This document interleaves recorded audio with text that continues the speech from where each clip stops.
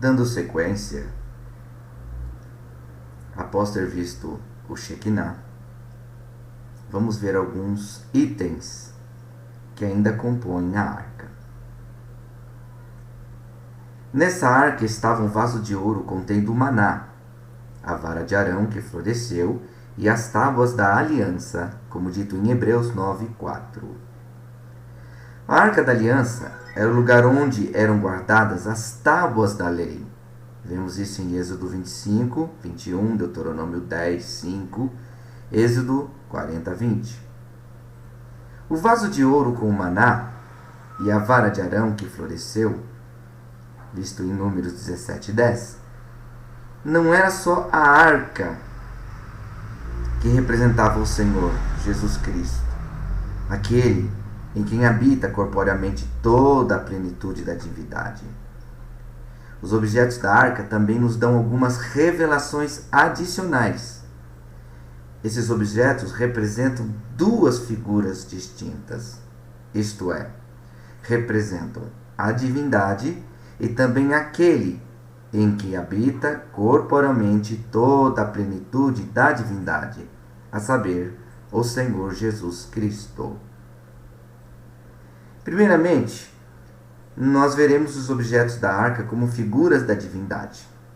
Tais itens incluem 3 artigos em uma única arca. Cada artigo pode ser visto como revelação de cada uma das 3 pessoas da divindade. Cada artigo apresenta características e simbolismos de cada uma das pessoas da divindade. Vejamos. As tábuas da lei.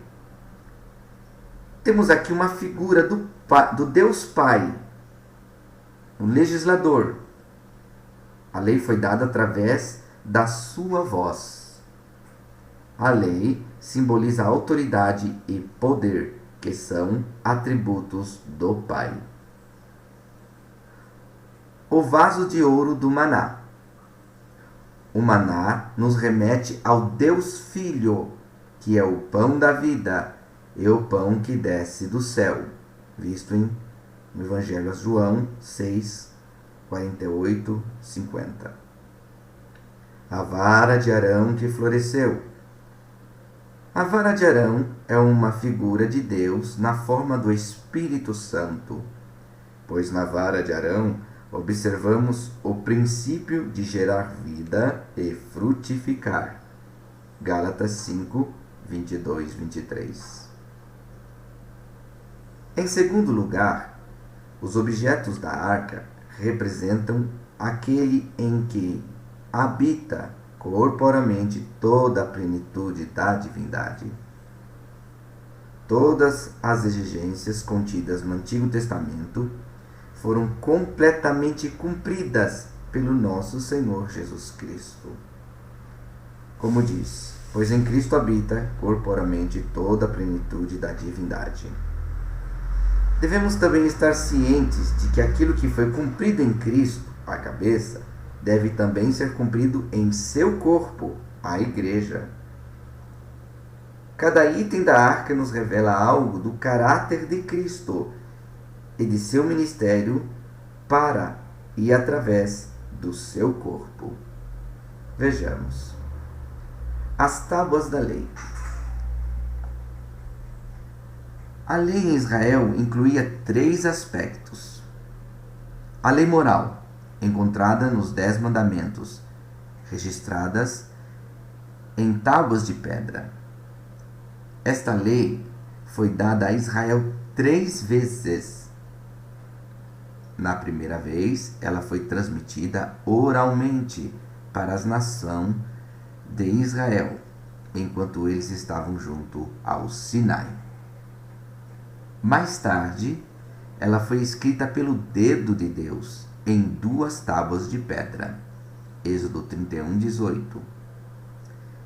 Essas tábuas foram quebradas por Moisés, simbolizando o quanto o povo de Israel já havia quebrado os mandamentos ao se envolver em pecaminosa, abominável idolatria, construindo um bezerro de ouro. Por último, esses mandamentos foram escritos pela segunda vez em pedras. Veja Êxodo 34. E colocados na arca por Moisés, Deuteronômio 10, sobre o propiciatório, aspergindo com sangue. Temos a lei civil, mencionada geralmente como o livro da lei. Era uma espécie de lei moral ampliada para situações específicas. Essas leis foram registradas num livro e colocadas ao lado da arca. E por fim temos a lei cerimonial. Esta lei representava a manifestação da graça de Deus e se referia a todos os regulamentos relacionados ao sangue do sacrifício, ao sacerdócio, à adoração no santuário, às festas do Senhor e aos sábados.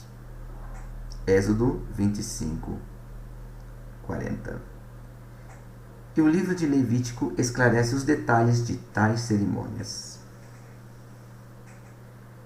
Nesses 3 primeiros aspectos da lei, podemos vislumbrar verdade descrita em João 1,17, que diz: Pois a lei foi dada por intermédio de Moisés, a graça e a verdade vieram por intermédio de Jesus Cristo.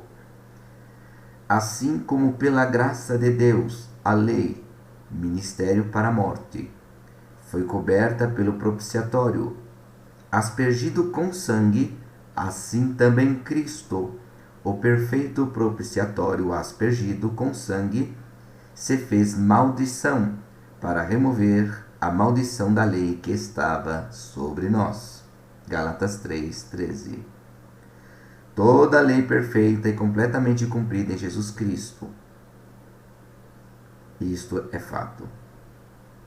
Só Ele poderia cumprir a lei, pois Ele estava em seu coração.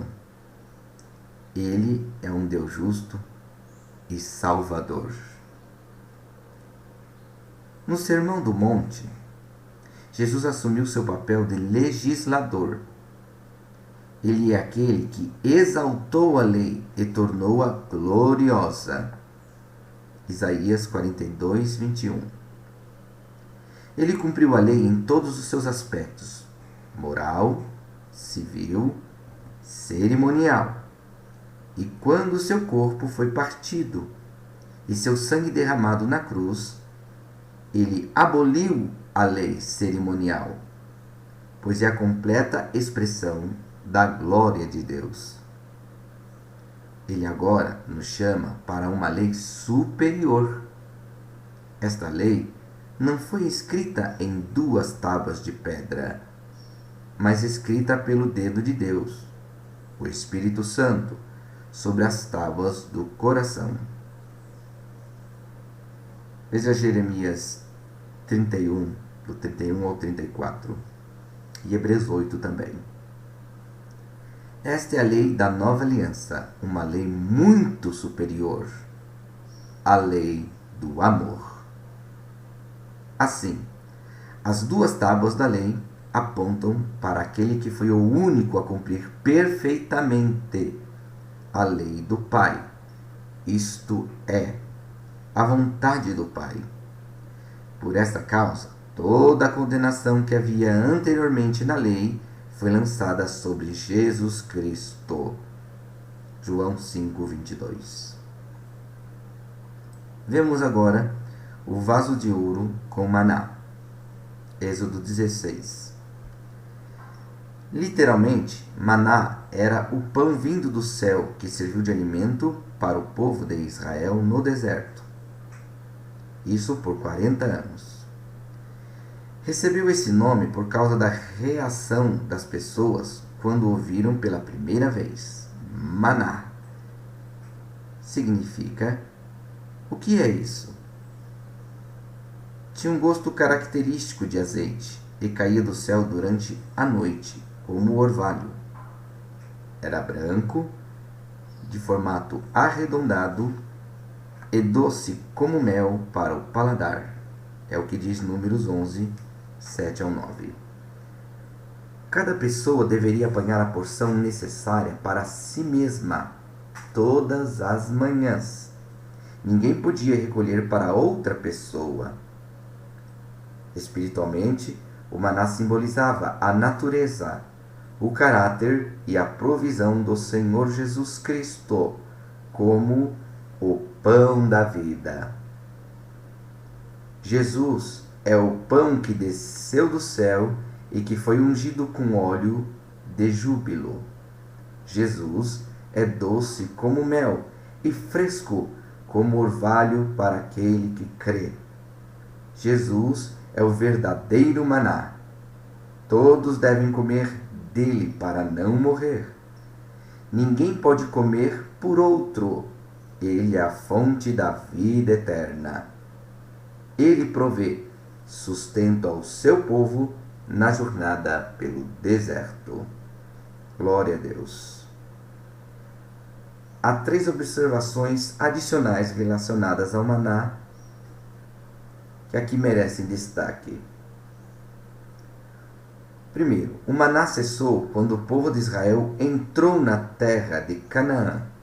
Josué 5, 11 e 12. Segundo, no 7º dia da semana não havia maná, mas no 6º dia havia o dobro. Apesar de Moisés ter alertado o povo sobre isso, alguns acharam que haveria maná no 7º dia. Veja lá Êxodo 16.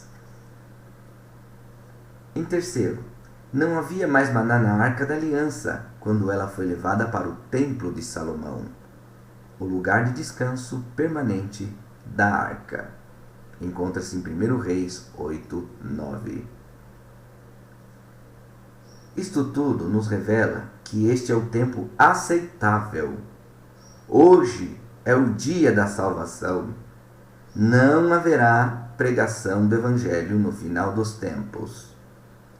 O Senhor Jesus Cristo é o vaso de ouro divino do maná. Ele é o pão da vida eterna. Se alguém comer dele, não morrerá. Os vencedores irão comer novamente do maná escondido, guardado na arca, como Apocalipse 2,17 nos faz referência. Uma terceira posição, ou visão. A vara de Arão que floresceu, lá em Números 17. Na rebelião de Coré contra Arão, Deus mandou Moisés tomar 12 varas para as 12 tribos e escrever o nome das tribos sobre elas. Arão tinha seu nome escrito em uma delas e colocá-las na presença do Senhor diante da arca. Pela manhã, a vara de Arão havia brotado, produzindo botões, flores e amêndoas maduras.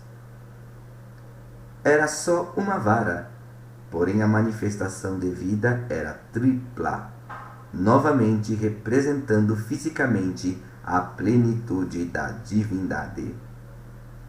Vejamos. Uma vara, um Deus. Temos então o botão, o Pai, a fonte, o começo. Em seguida, a flor, tipo do filho, o aroma, foi moído. 3. O fruto, o Espírito Santo, produção de frutos. Assim como o fato da vara de Arão ter brotado, atestava que ele era o escolhido de Deus, observem, ou o ungido de Deus e sumo sacerdote designado por Deus em Israel. A ressurreição de Jesus Cristo dentre os mortos atesta seu sacerdócio eterno, segundo a ordem de Melquisedeque. Glória a Deus. Na vara de Arão, a vida venceu a morte. Na ressurreição, Jesus, nosso grande sumo sacerdote, o único mediador, veja, o único mediador entre Deus e os homens, como diz 1 Timóteo 2, do 5 ao 6, ressurgiu dos mortos. Em Cristo, a vida se manifesta em sua beleza e fecundidade. Ele é o único caminho para o homem se aproximar de Deus. Observem bem, o cristianismo é a única religião baseada em um homem que ressuscitou. Assim como todos os itens presentes na arca testificam e dão testemunho da divindade, todos também testemunham o fato de que em Cristo habita corporalmente toda a plenitude da divindade. Toda esta plenitude deve ser igualmente manifestada também na Igreja, que é o corpo de Cristo. A Igreja, que é o seu corpo, a plenitude daquele que enche todas as coisas em toda e qualquer circunstância. Efésios 1, 22, 23. Resumindo, a lei, o caminho, o maná, a verdade, a vara, a vida, todos apontando para uma só pessoa, o Senhor Jesus Cristo, como visto em João 14, 6. A arca em trânsito. Números 4. Quando transportada de um lugar para outro, a arca deveria ter as seguintes coberturas. Primeiro, cobertura do véu, simbolizando o corpo de Cristo. Hebreus 10. Cobertura de couro, simbolizando a aparência sem nenhuma formosura. Isaías 53. Pano azul, simbolizando o Senhor que veio do céu. 1 Coríntios 15. A história da arca vista simbolicamente. A Arca da Aliança é a peça mais importante do Antigo Testamento. Deus a considerava de tal importância que há mais referências sobre a arca do que qualquer outra peça de mobília. Isto, por si só, justifica este estudo complexo e profundo da história da arca. Descobriremos, ou veremos também, que a história da arca é uma profecia a respeito da arca do Novo Testamento, o Senhor Jesus Cristo. Do mesmo modo que a arca foi a primeira e principal peça da história de Israel, assim Jesus Cristo é o primeiro e tem a supremacia sobre todas as coisas diante do Pai e da Igreja. Vide Colossenses 1, 17, 19. A história da arca é uma analogia da história de Jesus Cristo, desde seu nascimento, unção, vida, ministério, morte e ressurreição, até sua glorificação e segunda vinda. Este é um tema bastante vasto e teríamos que dedicar grande parte desse estudo para tratá-lo adequadamente. Mas, para aqueles que desejam conhecer melhor os tesouros preciosos da Palavra de Deus, serão oferecidos a seguir algumas sementes de pensamentos de forma esquemática.